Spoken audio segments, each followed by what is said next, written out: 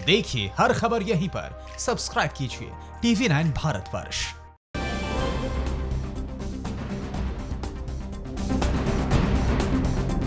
बिहार में कोरोना मरीजों की बढ़ती संख्या के बीच क्यों हुआ स्वास्थ्य सचिव का तबादला? घर बैठे कैसे मंगाए मछली? क्वारंटीन सेंटर में क्यों हुआ हंगामा? बिहार झारखंड की बड़ी खबरों के लिए देखिए न्यूज टॉप 9 बिहार झारखंड। बिहार में कोरोना संक्रमितों की संख्या 1600 के पार पहुंच गई है। कल 88 नए केस मिले हैं, जिसके बाद कुल पॉजिटिव केस की संख्या 1607 हो गई है। प्रवासी मजदूरों के पहुंचने के बाद राज्य में कोरोना का ग्राफ तेजी से बढ़ रहा है। इसी बीच स्वास्थ्य विभाग के प्रधान सचिव संजय कुमार का तबादला कर दिया गया। उनकी जगह उदय सिंह कुमावत को नया हेल्थ सेक्रेटरी बनाया गया है। झारखंड में कल कोरोना ब्लास्ट हुआ। यहां एक साथ 42 लोगों में कोरोना संक्रमण का पता चला। इसके साथ ही प्रदेश में कोरोना संक्रमित लोगों की संख्या 290 हो गई है। सबसे ज्यादा 18 मरीज गढ़वा जिले में मिले हैं। इस बीच राज्य में धीरे धीरे दुकानें खुलनी शुरू हो गई हैं। कल से शराब की बिक्री भी शुरू हो गई है। सोरेन सरकार ने शराब की कीमतों में 25% तक बढ़ोतरी की है। बिहार में मछली खाने के लिए अब नहीं जाना होगा बाजार।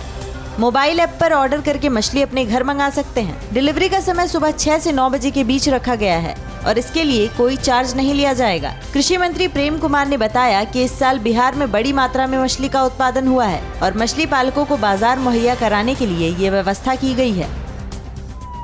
हाजीपुर के क्वारंटीन सेंटर में प्रवासी मजदूर ने फांसी लगाकर आत्महत्या कर ली। घटना सदर थाना क्षेत्र के राजकीय अम्बेडकर आवासीय बालिका विद्यालय की है। मृतक 30 वर्षीय राजेश कुमार पटेढ़ी बेलसर थाना इलाके के जारंग रामपुर का रहने वाला था, जो 2 दिन पहले ही दिल्ली से बिहार लौटा था, जिसके बाद हाजीपुर क्वारंटीन सेंटर आया था।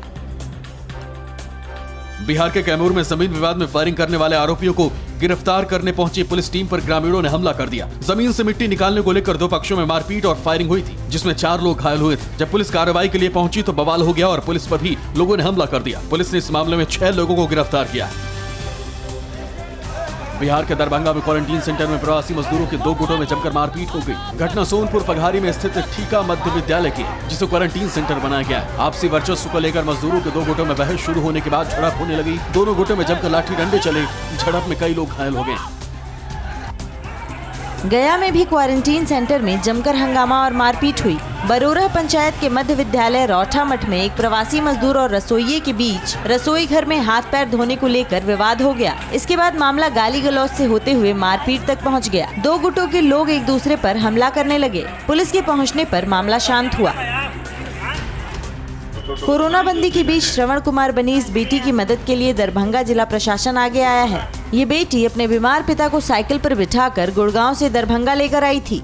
TV9 भारतवर्ष पर खबर दिखाए जाने के बाद DM डॉक्टर त्यागराजन ज्योति की मदद को आगे आए और सदर SDO राकेश गुप्ता को उसके घर भेजा। DM ने कहा ज्योति के लिए आगे की पढ़ाई की व्यवस्था प्रशासन करेगा।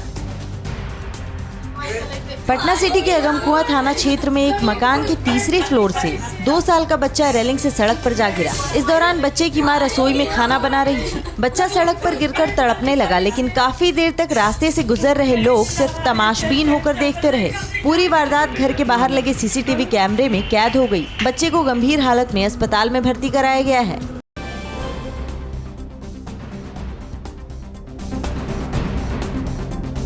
फिक्र आपकी, सोमवार से शुक्रवार रात 9 बजे सिर्फ TV9 भारतवर्ष पर।